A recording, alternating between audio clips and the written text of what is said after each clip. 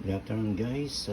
Ngayon, natin naman tayo sa kusina ni Meryl at magluluto tayo ng ating dinner for tonight. Ang ating iluluto ay chicken tinola.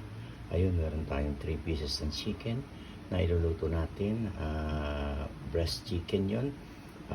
Meron din tayong mga sangkap, meron din tayong bawang, meron tayong sibuyas, meron din tayong ginger. Siyempre, jalapeno, hindi mawawala yan. At ang pinakagulay natin ay itong spinach. Yan ang gagawin natin. Ang una natin gagawin guys ay pakukuluan lang natin ng konti itong ating chicken. Then, pagka ito'y kumulo ng konti yung pinakuluan niya, yun ang gagamitin natin pinaka-pansabaw sa kanya. Then, isasangkot siya natin pagpa-brownin natin ng konti. Then, tuloy-tuloy na ang pagluluto natin ng instant chicken tinola. So don't go away guys, at ipakita ko sa inyo kung paano ang mabilis na pagluluto at pag-prepare ng instant chicken tinola. Okay guys, don't go away. I'll see you again later. Guys, habang tayo naman nag-prepare at magluluto ng ating instant chicken tinola, ay nagsalang na rin tayo ng ating rice, ang pinakakanin natin, para sabay-sabay ang pagluto niya at dire-diretso na ang ating pagkain ng ating dinner. So guys, ayan, isalang na rin natin ang ating rice. Okay, so guys, don't go away habang pinakupura lang natin itong ating chicken. Ayan, guys, nilagay na natin just a 3 cup of water. Yun ang magpapakuluto sa ating chicken with 3 pieces of chicken din. At yun din, pag pinagkuluan niya, ay ang gagamitin natin pinakasabaw niya mamaya. So, guys, ayan, pinakita ko na sa inyo yung iba, yung luya ay ating pinipit na rin, hindi natin ginayat na para mas makatas siya. At mamaya, sasangkot siya na tayo. Don't go away. Ito guys, ang ating spinach. Okay guys, ngayon, naparabot na natin yung ating chicken. So, iniwalay natin ng konti.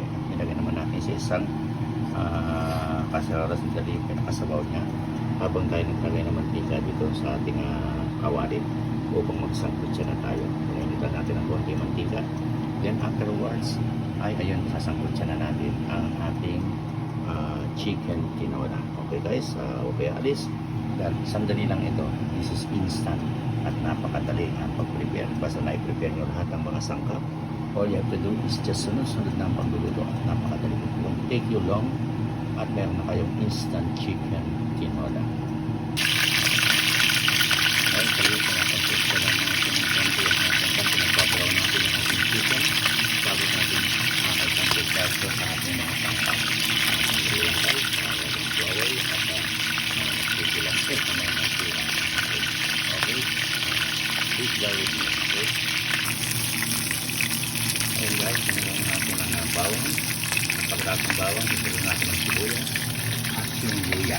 Okay, nasulit lang o kaya alit natin tuloy-tuloy natin ang pagluluto natin.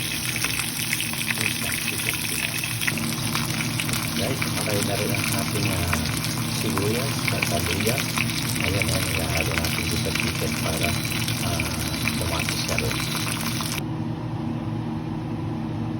Guys, nalagay na natin yung ating pinakasabaw, yung pinakuluan natin ng pinakuluan natin ng chicken kanina, at ilalagay na rin natin ang ating panlasa. Siyempre walang iba kundi ang ating Knorr caldo con sabor de pollo, chicken flavor bouillon. Yan ang ating magiging pinakapanlasa pa niya, additional flavor dito sa ating instant chicken tinola. Okay, don't go away. Guys, ilagay na natin yung ating pang-alat na yung ating Knorr bouillon.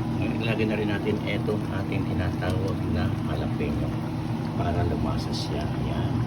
At maya-maya pag gumaluto yan, saka natin ilalagay itong ating spinach para hindi naman ma-overcook ang ating spinach. Then, ready na ang ating chicken instant tinola.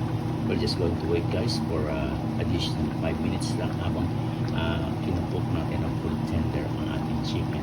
At ang sa ganun ay lasang-lasa na ang kanyang mga sangkap.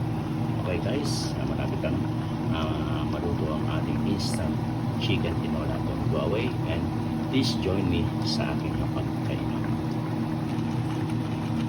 Guys, ito na ating instant chicken tinola. Yan, napakasarap, delicious. Sarap to the max. Yan, 100% instant chicken tinola. Thank you guys for watching and I'll see you again next time.